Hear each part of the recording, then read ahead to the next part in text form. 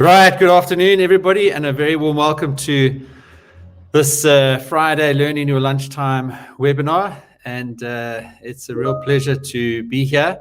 And we're hoping to get Tracey online as soon as possible. We'll be looking at job search strategy today, and I'll be coaching you on how to improve your job prospects. So absolutely wonderful to see so many of you online. Please do say hi in the chat. And as always, just let us know where you're from. I think we've got quite a number of people coming in from other countries around the world today. We've been promoting this session on the hashtag Open to Work LinkedIn channel. So if you picked us up through that hashtag, please do let us know. But as always, the South African University is always promoting these sessions. So do just let us know where you're from in terms of university or town or province in South Africa, and certainly hope you're staying warm and safe today, and importantly, safe. Just hearing so many people struggling in this pandemic, and so our thoughts and prayers do go out to you if you've been affected. Hey, Tato, good to see you. I've just put a little action there, guys. Subscribe onto the YouTube channel while you're here. While we're waiting for everybody, just click the link there, turn on your notifications, and you'll be guaranteed to get regular coaching tips from myself on the YouTube channel. Of course, you'll get notifications of these live sessions, which we pretty much do have every Friday. So just bringing you lots of value in terms of my own experience and the coaching that I provide to you, as well as experts like Tracey that we've had in previous sessions, and certainly who we hope to have with us today, or if not today, in a future session. But what we'll be going through then is just some ways in which you can improve your job prospects, and looking forward to hearing your questions, and just really want to give you the best possible advice that will help you develop a job search strategy, improve your job prospects, and then also obviously accelerate your career growth if you are also already in the workplace. So fantastic to have so many of you guys here: Faith, Tando, Lindy, Tuli, Mari, and then just a reminder that really we have just a fantastic community in our Facebook group. So I'll put the link there, and so many people getting in touch with me during the week, just saying, look, I need support. I'm in studying, but I need a safe space where I could just reach out and I can get inputs and get advice. We've even got a mentorship program running in that Facebook group there. You can get access to certainly all the people that we've had on these webinars. You can get all the resources, everything, the slides and the recordings, and absolutely everything is made available in that Facebook group. So please do join us there.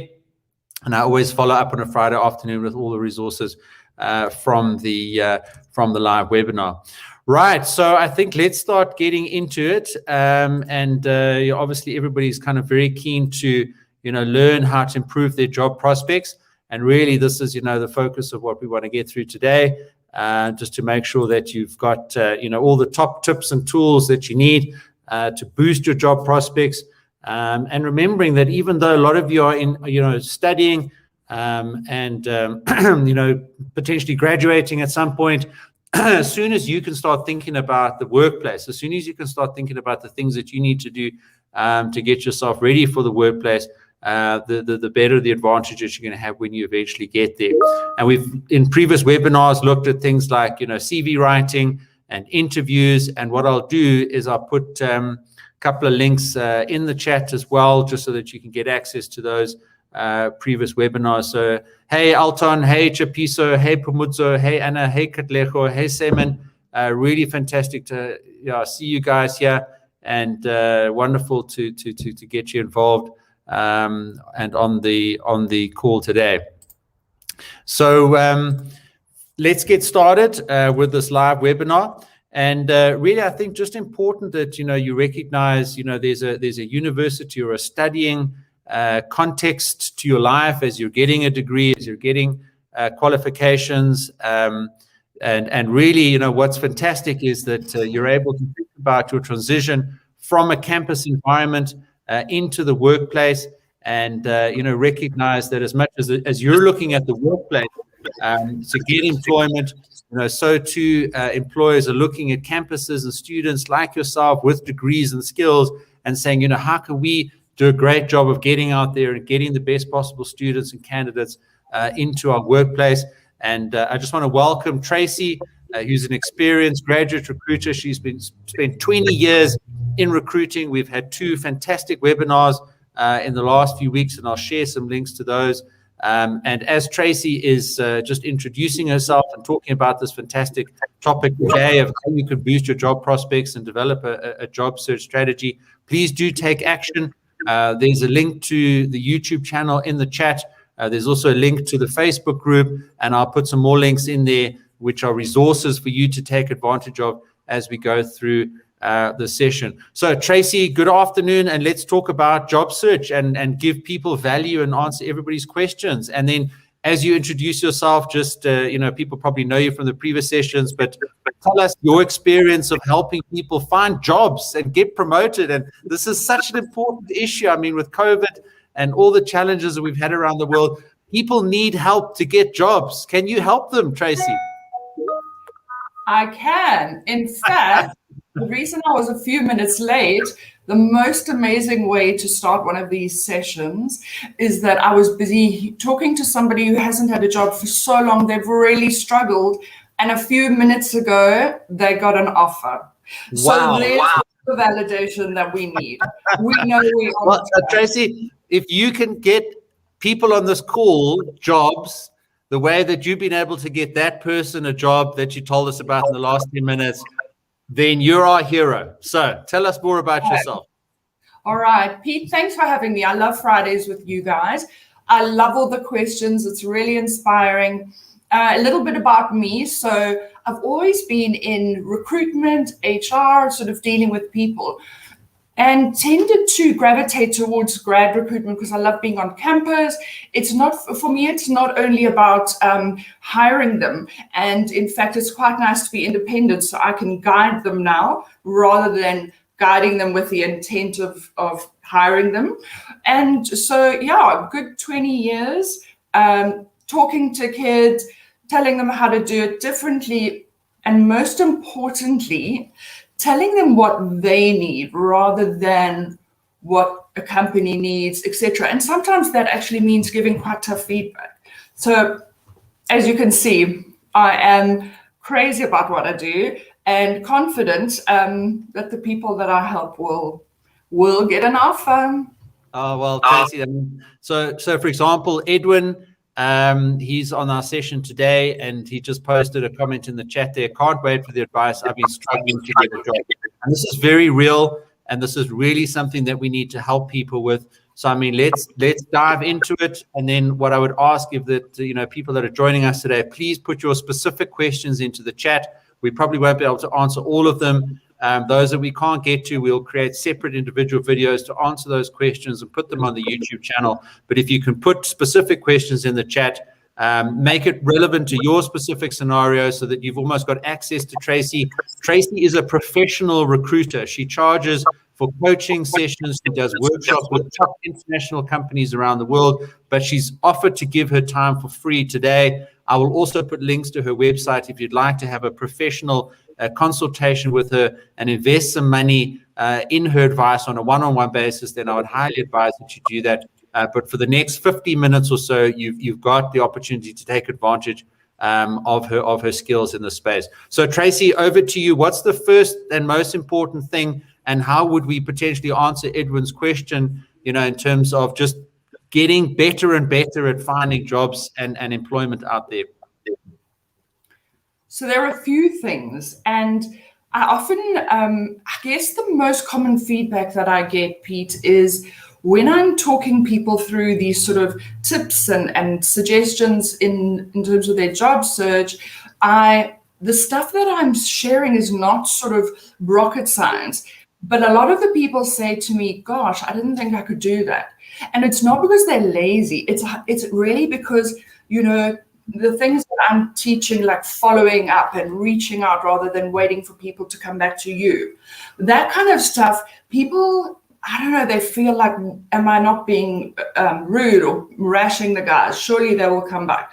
But no, it's your career, right? You can't, if you're sitting waiting for people to come to you, they probably won't. And then what's going to happen is you're not going to get the offer, and then you're going to feel worse about yourself. So Edwin, first thing I can say is you're not the only one. And why I say that now more than ever is I don't remember in my career seeing or speaking to so many students that are struggling to find a job as there are now.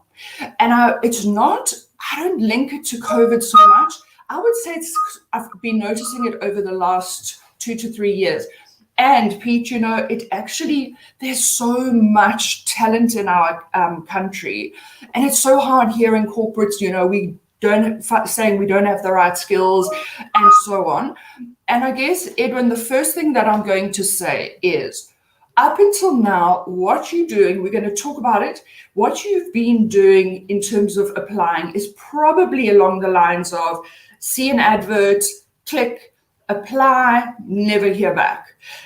Or else perhaps a recruitment agency will phone you, say, are you interested? Send your CV, never hear back.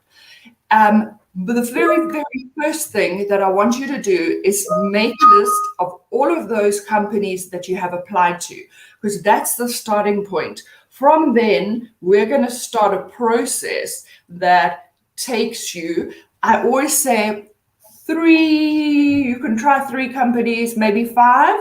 If you do it properly, you will get an offer, my friend. So Tracey, I mean, you sent me through, your template that I think, we can maybe flash up just now and show people.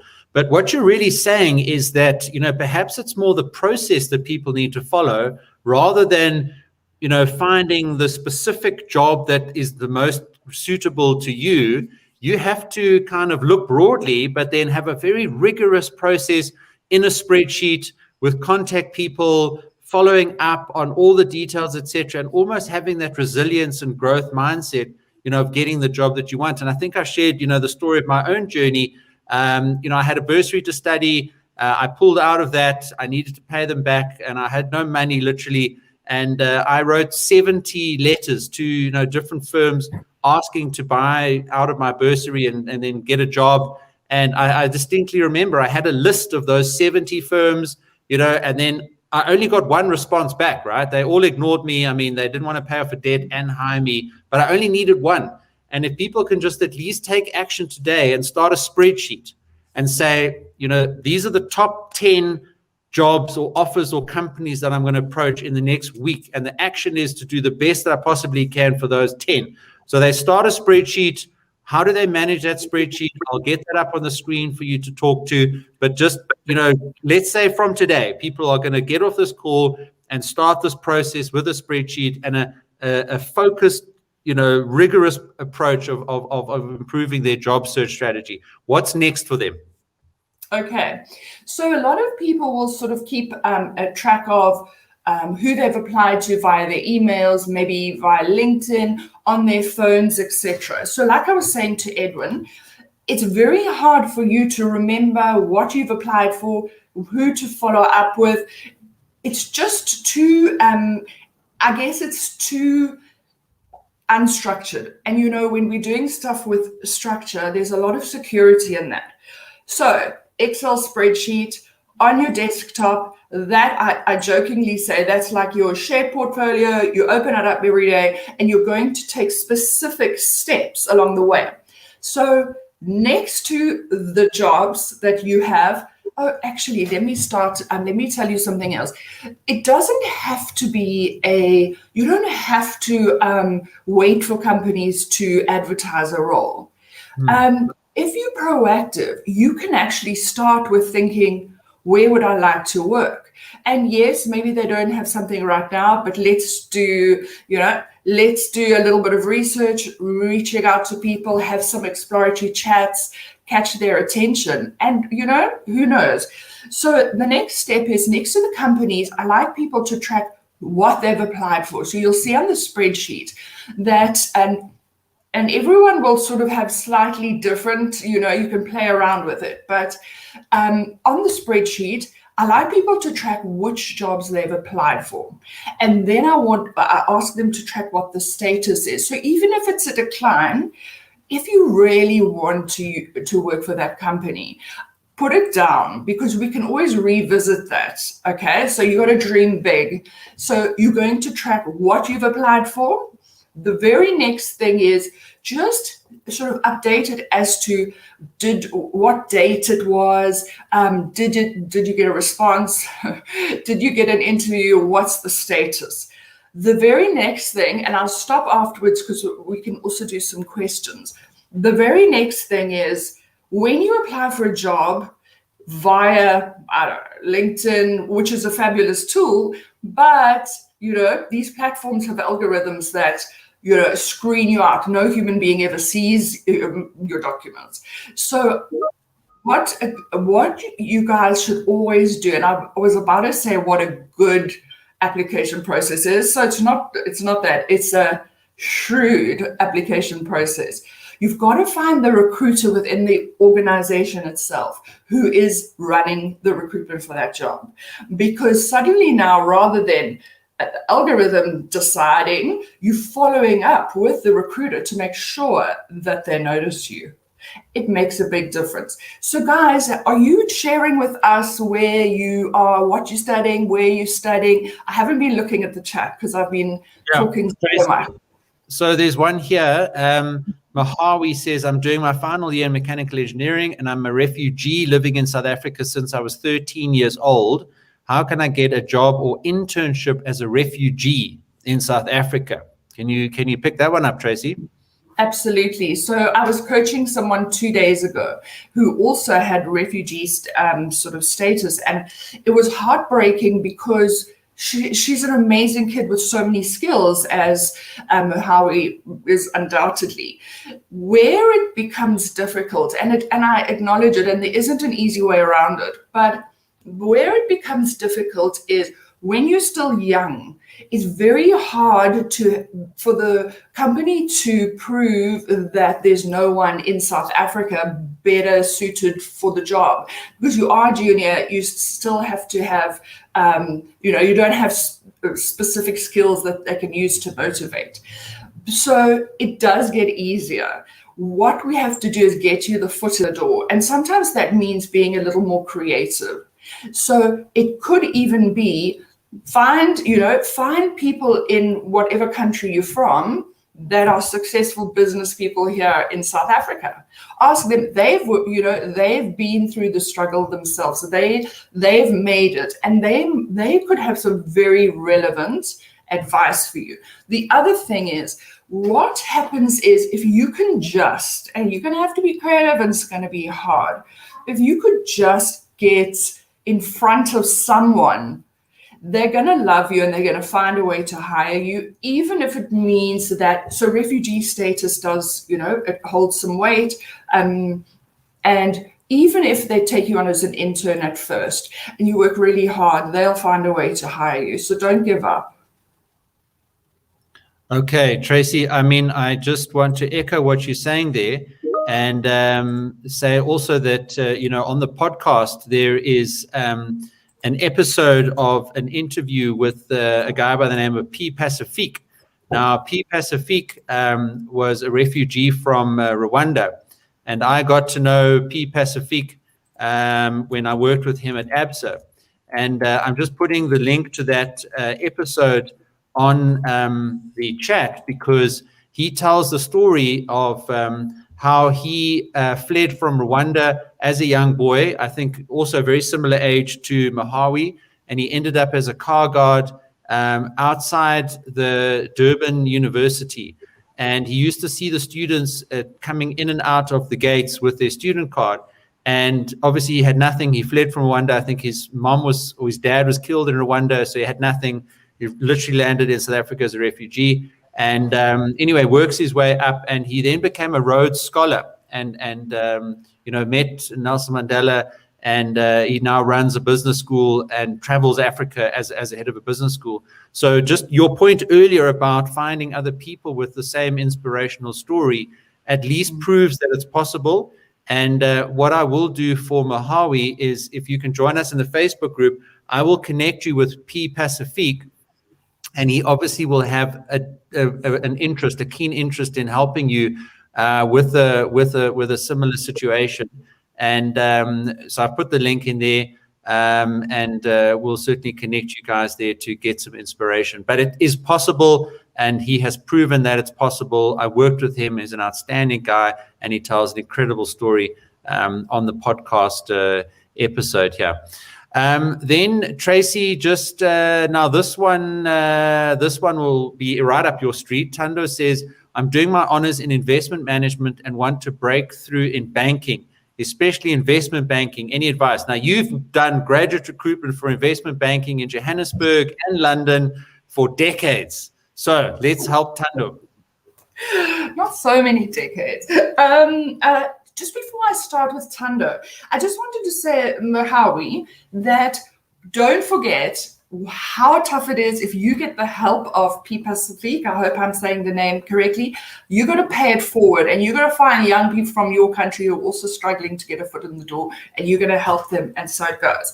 All right, so Tando, when you're saying I want to break into investment banking, I'm assuming that, and you refer to investment management, that is an ideal qualification. So that's already a step in the door. And then it's kind of the same, whether it's for investment banking or any other career in any other industry. This sort of process is going to, it's really a lot easier because not only are you going to be applying to the banks, those recruiters at the banks are actually looking for people from your qualification. It's sort of, when I did recruitment in banks, it was one of my preferred, and I don't think you said where you're from, but if it's UJ, UP, those are good schools of investments.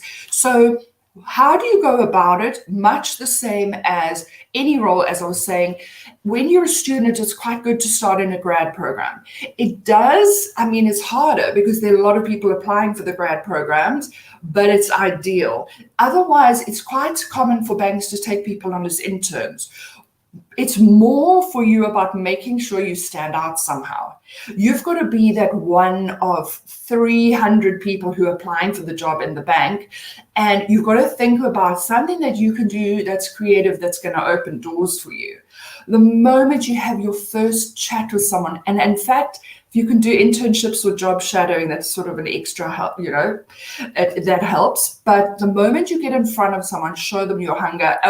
And your great marks, by the way. Yeah. From there, you can take it on.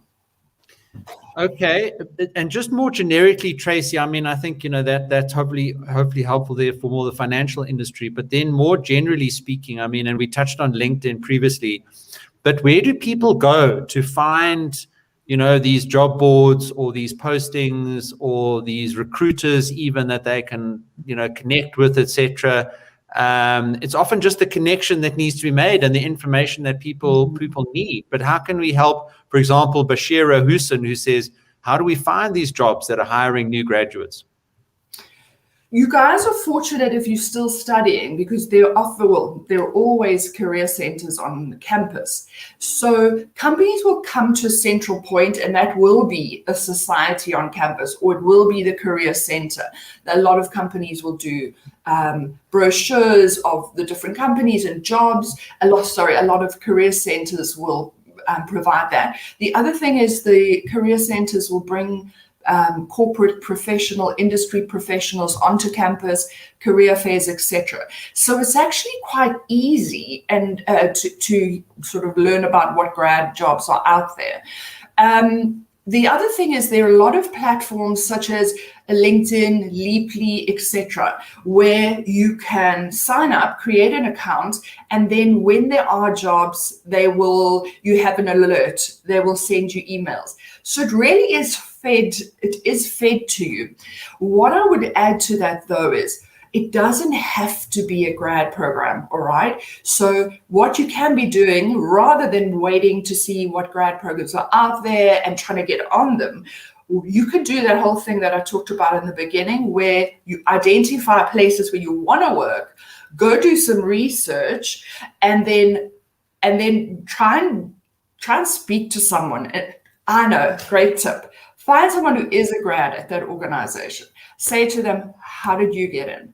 Help me here. That'll help. Great, Tracey, and I've just put a link there to the SAGIR website, which is the South African Graduate Employers Association. And we've had Kathy Sims on the show previously talking about what SAGIR does as a service by linking graduates with employers of graduates. And they run a number of graduate recruitment fairs, and we'll have a good sense of what the supply and demand is for specific degrees and qualifications and skill sets, etc. So I would advocate going onto the SAGIR website, checking out the resources that they've got. And Kathy, as you'll see from the previous webinar, if you guys check it out on the YouTube channel, is absolutely passionate about, really exposing and making people aware of what, opportunities are out there. And in actual fact, what Kathy said in the webinar is that there are jobs, and as you said, if you are studying, then you have got that benefit, you've got that opportunity. You've got an advantage, and companies are actively looking for you for those skills. The other important point, I think, Tracey, just worth making for everybody and emphasizing what Kathy said previously was, you might be a chemical engineer, but you don't have to necessarily just approach chemical engineering companies. I was a mechanical engineer, and I had a bursary at Eskom, and I've ended up in banking. And I've used a lot of the skills that I learned in my mechanical engineering degree, and I've applied those in a banking context. So, we spoke about a specific gentleman in the previous webinar, and we unpacked exactly what skills he has. So, Tracey, maybe just in the job search strategy and how you position yourself and look for those roles out there, how can people possibly look past the company or the industry and dig a little bit deeper to see what type of skills would be needed by specific roles, and then present themselves not as a chemical engineer for a chemical engineering job, but as a chemical engineer with a certain set of skills that are useful for a different type of role that might need some of those skills. Any thoughts on that, which opens up, other opportunities for people on the webinar today? Okay, yes, so that kind of links into that earlier question where it's hard as a student to be convincing, to say I've got all of these skills, etc. But quite a nice tip, and this is one of the values, that I get out of LinkedIn. Quite a nice tip is, once again, you're talking about where you would like to work or where you may want to work, rather than waiting for them to advertise. When you are doing some research, that will... If I go onto LinkedIn and somebody's saying to me, what do I need to stand out if I want this kind of job? We look together at people who are doing that kind of job, and we look at the additional courses and studies that they've done. So we look at if somebody is in that job and also has a different background, are there any supplementary courses? You can get so much info and you can emulate it. And then the other thing is, I love on LinkedIn how when you are searching for a company or for a certain role, there's a prompt that comes up on the side, and it actually suggests similar people, similar companies, similar roles, and you just keep researching like that. The last thing on this is, you're not going to know this kind of information, and that's the value of speaking to people in the business. I cannot put more emphasis on that, Pete. Yeah, no, that's great, Tracey. And I think just your point around the opportunities that you get with LinkedIn is so critically important. And, I do mention that quite a bit in the course that I've made available for everybody today. And I actually do a demo, a screen flow demo of going through LinkedIn. I sort of show my own profile, and in the context of improve your job prospects, building your own profile on LinkedIn is obviously also important. But in that demo, as part of the course that I've made available for everybody for free today, I go through and I show people exactly what you've been talking about just now, which is to set alerts for types of jobs.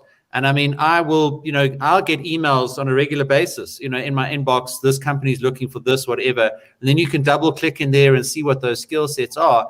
And I would really advise for people to get onto LinkedIn, set their profile up. We've done previous webinars on maximizing your CV and maximizing your interview. But I think the point that you make about navigating through LinkedIn and spending time on LinkedIn and doing lots of different search terms. If you go into that LinkedIn search bar, I think I even taught you something last night, Tracey, about searching on LinkedIn. And what you can find there in terms of recruiters and roles is actually quite incredible. And if you've built up your LinkedIn profile and you flagged your skills, then the LinkedIn algorithm will automatically look at those skills and then prompt relevant jobs and opportunities to you. So go through that lesson in the course, and that should hopefully be useful. Then go, Tracey. I need to stop you there. When you were saying you taught me stuff last night, I need to clarify that we were actually working until after midnight. Exactly. Preparing sort of for more of these. So and yes, you did teach me stuff. No, that's fantastic. And I obviously also learn a lot from you as well, Tracey. And I just on the point of us working together, I wanted to find one of the comments. Somebody asked, what about the tips for improving your CV? Now, that topic was handled in a previous webinar, and I'll put a link through to that. But what Tracey was referring to our work together last night was that we're actually going to be putting together a bit of a CV writing masterclass, if you like, and combining Tracey's best knowledge and skills on developing an amazing CV with my experience of hiring and managing and mentoring and coaching people over 20 years and seeing those CVs and helping you to understand, what a great CV looks like. So there's the comment from Paule Mofokeng. Is it possible? How to stand out beside marks? What do you look for in a CV? So we are not going to deal with that today in detail, other than sort of as it links to a job search strategy. I'm going to put the link to the webinar now, that you can go in and see the hours webinar discussion that we had on CVs. Tracey, let's pick up on Katlego's point here, which I think is just probably something that's on everyone's minds today. So maybe he's saying, well, here's all the advice and here's all the tips and everything, but we're not getting hired. He remains hopeful and active, but still very discouraged. And I mean, my heart, we want to see you succeed. The brand I've created is the student success coach, and Tracey, you through your brand of Tracey Ashington, you've spent 20 years helping people to try and get jobs and be promoted. And you have a genuine heart. I mean, you run and contribute to charities, such as Suits for Students, which is helping students get a suit at least to go and look decent in an interview. So both of us, I think, relate very strongly to Katlego's point here. And I mean, we've dealt with mental health on the webinar previously. We had Melissa Ardendorf, for example. But from a job search strategy specifically, is there any advice that you can give people today who are discouraged and who are losing hope, but will still keep trying every day and doing their best? What else is there that they can do? Or how do they get their minds right? Or how would you support Katlego if he came to you and asked you for a bit of a one-on-one consultation tomorrow? Okay, so Katlego, and you can see probably by my face, it's heartbreaking. However, what are you doing now to find a job? It's not working. You've got to do things differently. And I guarantee that you're doing what everyone thinks that you should do, what the companies tell you to do. Go to their website, upload your CV, click to apply, and that's it. And as I said, I've seen people who have applied for like 30, 40, 50 jobs, and not one of them has come to anything. That's why I'll draw you back to that strategy that I refer to so much. This is about saying, how could I apply differently? Not only differently to everyone else applying, but differently to what you're doing at the moment. And I cannot stress enough that it is a process. You will see, and just now Peter will share the document again, but you will see that instead of it being job role, company role, apply, etc., now it's going to be company, then it's going to be tick. I have followed them on LinkedIn. I've set up alerts for them. Then the next little column is, have I created a file on my desktop? Have I filled it with information.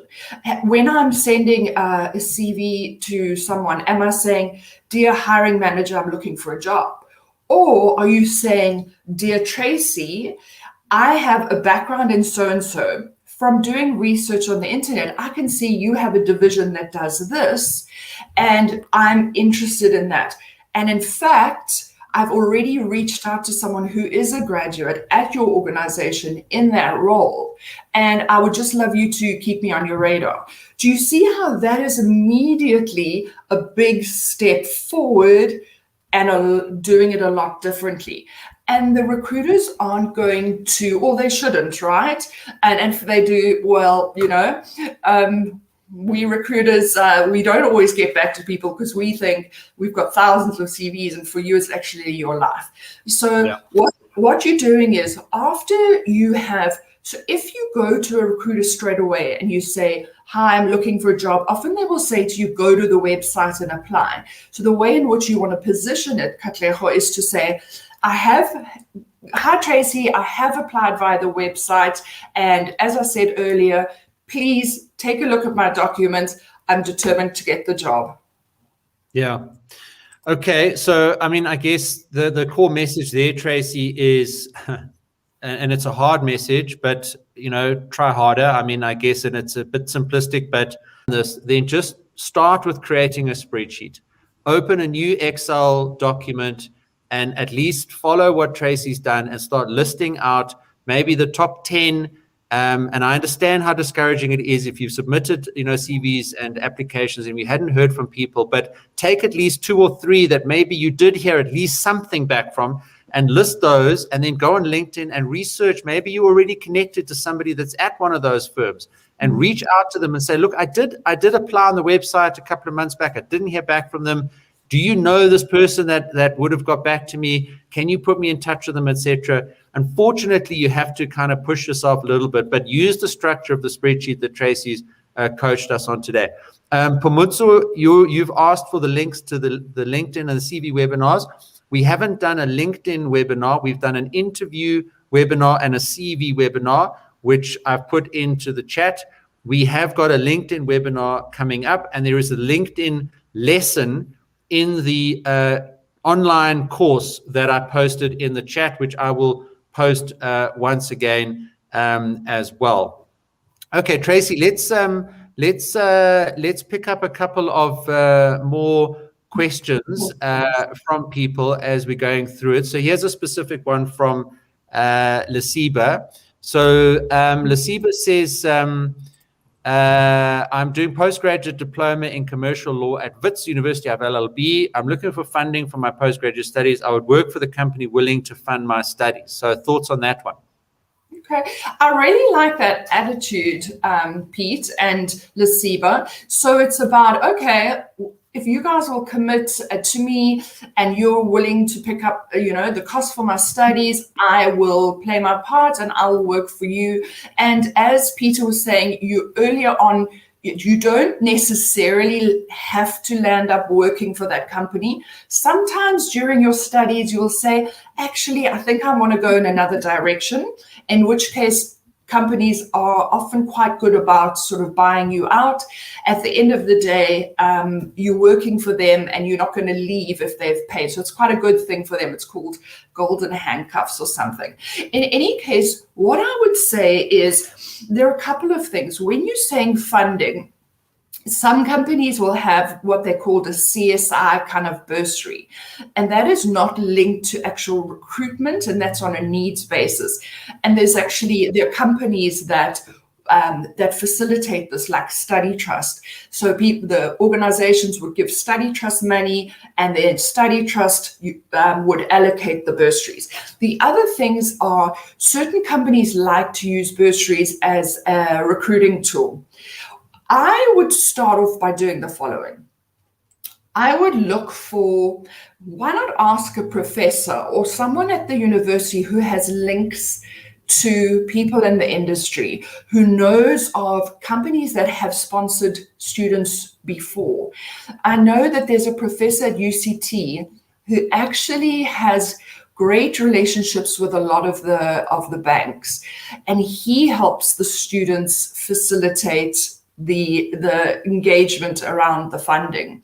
So I guess, it's not to say that there's a certain way that you have to, or that I tell you will definitely get the funding, but perhaps when you're approaching people, have that sort of mindset of, this is what I'm able to do, and this is what I want to do, and if you can fund me, I'm happy to work for you. And during the VAX, I'm happy, to do some extra work if you need some proofreading or whatever. Sort of go into it like it's a deal where they feel like there's some upside. That's probably going to increase your chances. Yeah, I mean, Tracey, I think we mentioned this previously, to get work experience on your CV, even when you haven't got work experience, is to go and work for free. The value to you of being able to put that work experience on your CV might be worth the sacrifice of not actually getting paid for a couple of weeks, but at least you've got something to talk about of real tangible experience in the workplace. I'm just sharing a YouTube video from the YouTube channel where I actually do a demo of the Bursary South Africa website. And there are literally hundreds of bursaries on that website. And I take you through all the different areas and industries within which bursaries are available. And it's fairly current. And I'm actually trying to get hold of the organizers of this website to try and have them on this webinar, because it is an astounding resource. And if you just quickly go through that YouTube video, you'll be able to get a sense of what is available there. So to Lasiba, go onto that website and have a look for the law bursaries. And there's lists there of companies that are providing law bursaries. And I'm almost fairly confident that if you tell them you've got an LLB, you saw this on the website, you send them their details. And the one thing I will say, just to support Tracey, is if you're not organized, if you're starting to send lots of emails and you're not keeping track of all these applications, you're going to get lost and you're going to be disorganized. Keep everything in a spreadsheet. And especially when you've applied on their website, make a note in your spreadsheet, on such and such a day, I applied on the website. Maybe you had to create a username and a password. Put all those details in that line of the spreadsheet, because a lot of companies like First Rand will manage the job application process on their website. So don't rely on waiting for an email to come into your inbox. You might have to log back in on that company website and follow up and put comments and see the status of your job application, etc. Now, if you don't have that listed in your spreadsheet, and you forget you logged in and you uploaded your CV and your cover letter, it's not up to the company to come and chase you. You're the one that needs to go and drive it and log back in on that website. And the same with this bursary thing. There's tens and tens and tens of companies there offering bursaries. And if you don't manage that in your spreadsheet, you are going to get disorganized. So there's a couple of thoughts, Tracey, there. Natasha, Natasha, I think we both know Natasha, Tracey. Thank you, Peter and Tracey, for the pearls of wisdom. No one is in control of your career except you. So that's perfect, because we are going to have Natasha on the webinar next Friday. So this is a good little advertisement for Natasha and her skills as a psychometrist.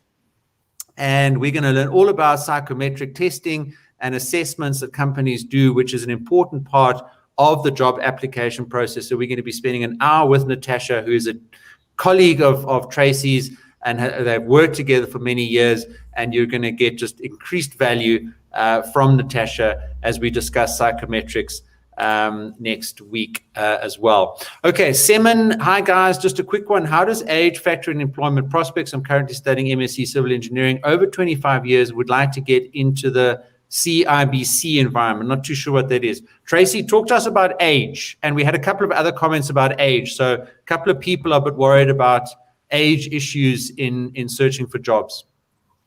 Okay, so I find that it's sort of less about your age and more about how much work experience you have. So a company, no matter how much you say to them, I really want this job, I want to be on the grad program, I don't mind that I'm sort of 26, 27, 28, they will then say, I don't know that this is right for you. So they're going to say, but you've got some experience and some credibility and stuff. You'd be joining with, with kids who are just you guys, the students, who are just graduating and haven't had any work. Now, the thing is, some people also study later on, and so they would be graduates, but they would, a little bit older. I think look at it not like, oh, I'll do anything to get on a grad program. I think in those cases, you should think about, I need to look at entry-level roles, but where they would use my experience, or where my experience would actually work in my favor, rather than feeling, okay, great, I'm on the grad program, but I'm not sure that I'm really being used, to my full capacity. So I think, Simon, just switch your thinking if you can. It's easy for me to say. Switch your thinking from, am I too old to get into a grad program, or is a grad program the right option for me? Okay.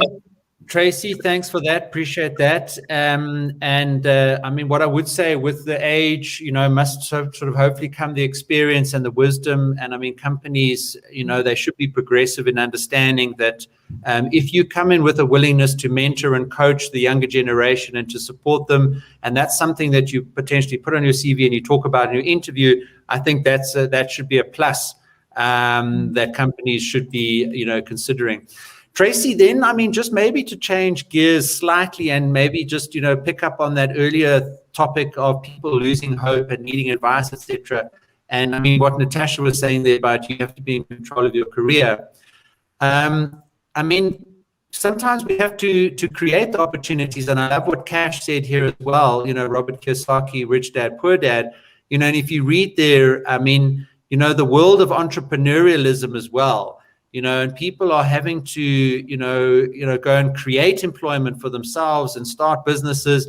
We've had people like Daniel Robus, who talked about the multitude of businesses that he's created while also studying and also being part of corporate, etc. So I think the careers of the future are going to be a blend of studying, full-time work, part-time work, side hustles, entrepreneurialism, etc. So, I mean, Tracey, and while people are looking for a job, they've probably got a bit of time on their hands. I mean, so what are some of your ideas around doing things, that might earn some extra income, might add to their credibility, and being a little bit entrepreneurial in nature, which they might eventually be able to put onto their CV, but it could at least earn them some short-term income while they're looking for a job. Thoughts on that? So definitely yes, so long as it's not going to be something that detracts or means that you're not doing your job search thoroughly, because remember, I keep saying that it's got to be done thoroughly. So absolutely, it's all about building up your CV and adding to your skills. And as we said earlier, it doesn't even have to be an internship, and you don't even have to work for free. Even if you were to job shadow, or these days probably virtually job shadow someone at a company, that's enough to say, well, job shadow, there's the company name, etc. When you have a side hustle, it's not a bad thing, because people can then see a sort of entrepreneurial spirit. And people are doing that a lot more. And in fact, that could probably be one of our next chats, Pete, because there are so many options to do things that are giving you exposure to business. But at the same time, it's quite important when you finish varsity or your studies that you do enter the business place. You do get a couple of years of exposure, skills, and credibility. So definitely at the first, at the beginning, sort of do them in, parallel.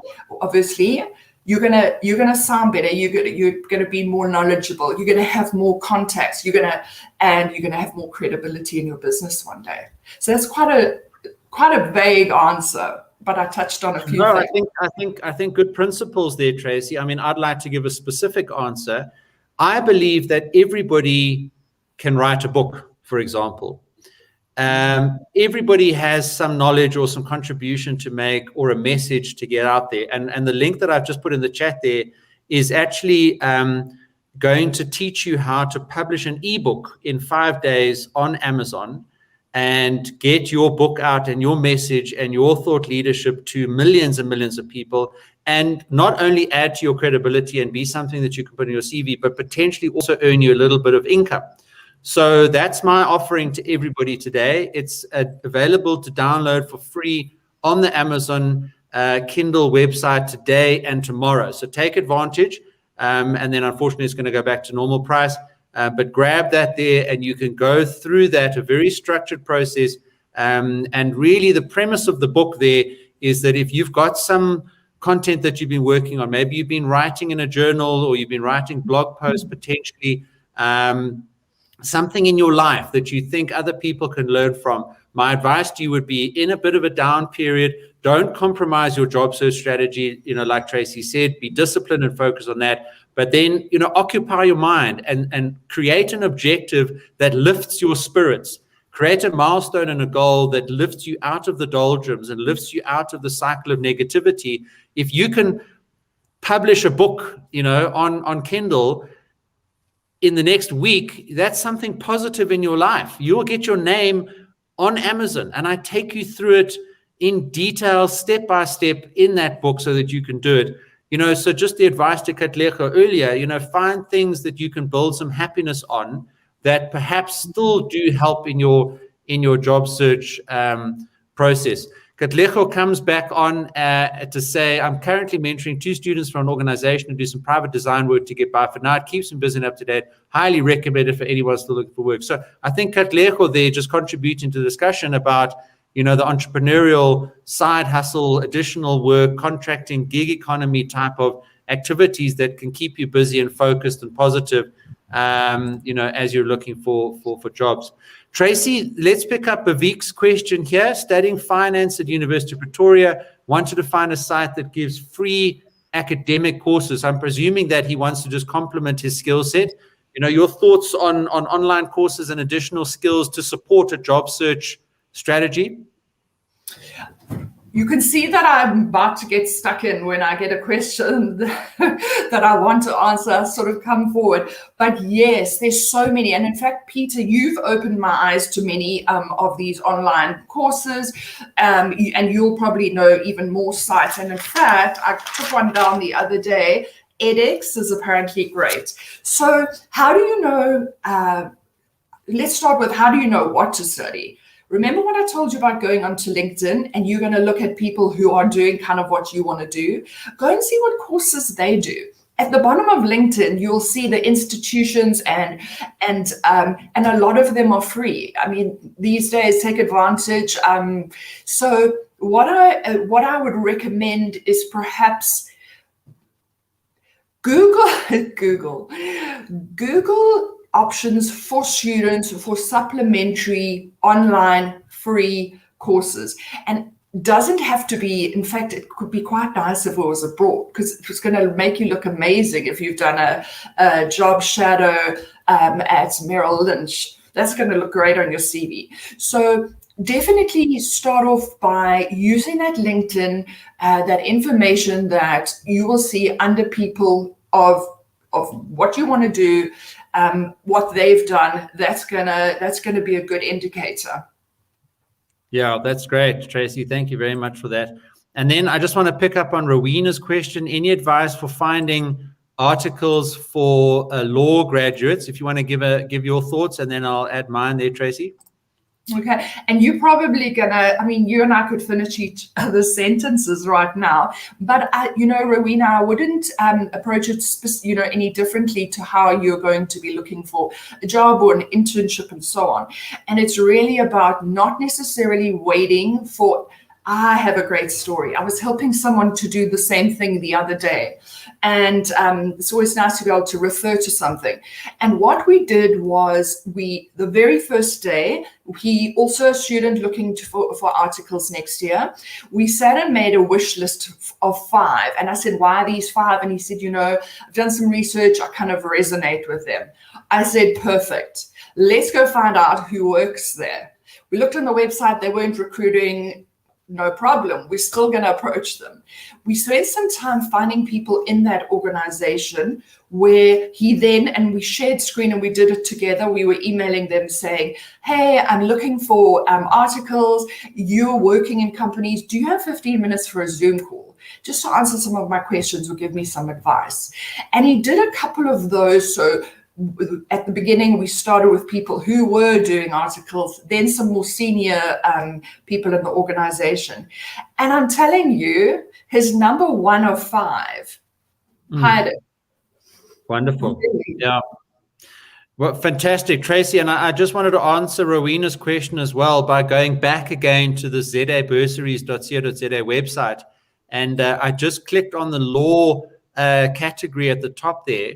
And, these are bursaries for the law sector. But all of these companies, if they are advertising bursaries, then they are being proactive and helpful in your job search requirements. And if I just scroll down this list here, of all of these options here, if you were just to take this list, okay, I mean, I don't know what's there's 20, 25, 30 there, and that was 2 clicks, while I'm running a live webinar. And if you were just to go and put 10 of those into your spreadsheet, and over the next week, focus on those 10 using the principles that Tracey spoke about with the spreadsheet, you're going to significantly improve your chances. So to Rowena, who was asking about law articles, if you start on that webpage, and I put that there in the chat as well, ZA Bursaries, Law Bursaries South Africa, click on that.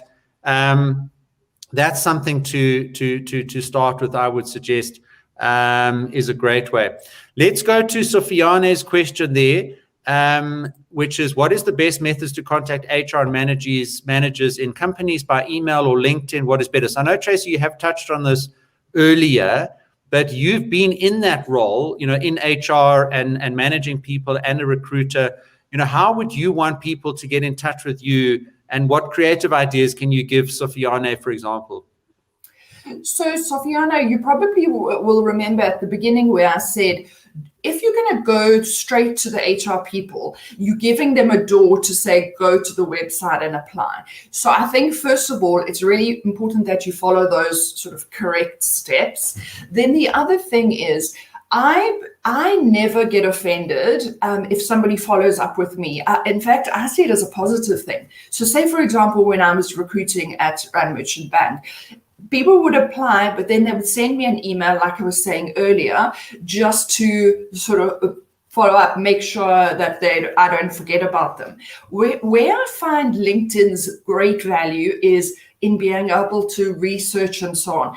But I do think inboxing people, and perhaps even they haven't yet accepted your request to connect, people don't necessarily come get back to you as much as if you email them directly.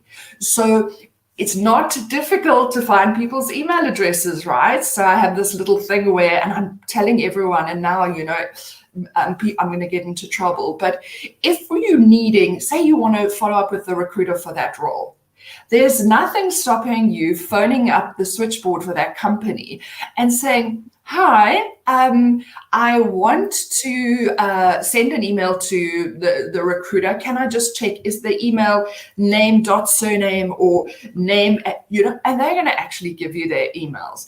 It's so important to email them afterwards. And I do think email is better. Recruiters are often in interviews during the day, so telephone call is, less effective. Yeah.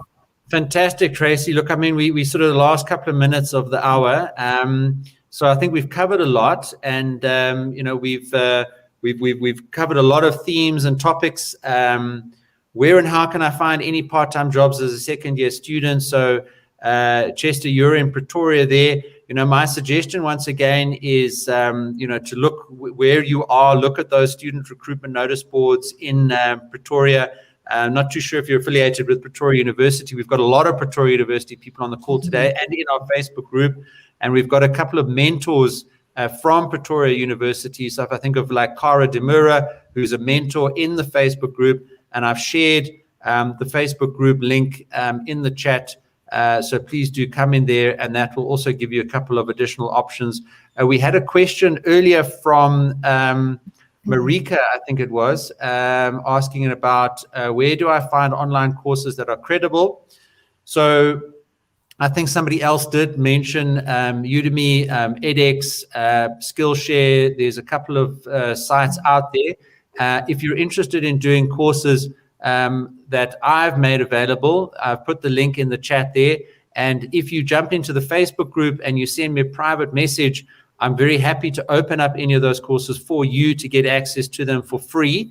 And as I mentioned earlier, Tracey and I are going to be collaborating on a couple of courses as well. So I think that is a very interesting and exciting area of future discussion that we can go into as well. And I see that there's an exchange of the emails there, which is great. So fantastic that you guys can get in contact there. And once again, please do join us in the Facebook group. Please sign up onto the YouTube channel. I put all those links there as well. Tracey, last thoughts from your side about job search strategy?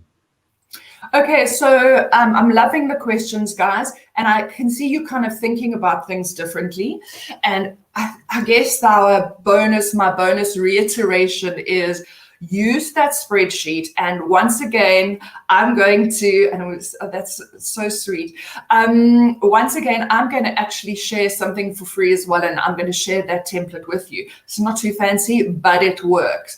If you use it every single day, it's your working document. If you follow what I've recommended, you will find a job. Yeah. So Tracey, I'm just putting your details there again. So thank you, Semin. Really appreciate that. And just also, I record this for the podcast as well. So in case people can't see this on the screen, Semin very kindly said, you guys, Peter and Tracey, are really a blessing, guardian angels for us, hopefully for employment. Sincerest thanks to both you guys. Now, on Tracey's website, if you go look there, you'll actually see a whole bunch of testimonials of people who get back to Tracey and say, wow, thank you for the CV tips or the interview tips or the job search tips. I got this job or that job or the next thing. So that is encouraging. We are here to encourage you. We are here to help you. And hopefully we have given you some practical advice today. So obviously we can't actually physically send that out on YouTube today. But if you get hold of Tracey, she can quickly email that template back to you and make it available for you so that you can manage and structure and be a little bit more diligent and focused around your job search strategy. So Lebogang, absolute pleasure. Great to have you on the session today. Thank you for being here. Sofiane, thank you for your presence and your questions. It makes us feel like we, adding some value. And the key actions that I've asked you guys to take today is obviously to subscribe onto the YouTube channel, to join us in the Facebook group, to go and enroll in those courses, to hop onto Tracey's website, request some time with Tracey. It's worth the investment in getting her skills, her experience, and her guidance on a one-on-one basis. We'll also be collaborating on a couple of courses, and you can invest in those in the future as well. But an absolute pleasure, and we look forward to seeing you next week when I'll be talking to Natasha Frank, all about psychometrics and getting a lot of Natasha's great insights about her journey as a recruiter and her involvement in learning and development and hiring people over many years of being in the workplace and supporting and learning from Tracey as well. So Tracey, last thoughts? Do you want to say cheers to everybody, and we'll catch you all again next week? Tracey. I think I've spoken enough. So Pete, thanks for all you do. Peter has a day job, right? And so at 1 o'clock in the morning, he was still recording and so on. Pete, you do so much for so many. And we will chat again soon. Thanks, everybody. Take care and take action. We'll see you in the Facebook group. All the links are there. Subscribe to the YouTube channel, enroll in the course, and have an awesome, awesome weekend. And get out there, make your spreadsheet, and improve your job search. Cheers, guys.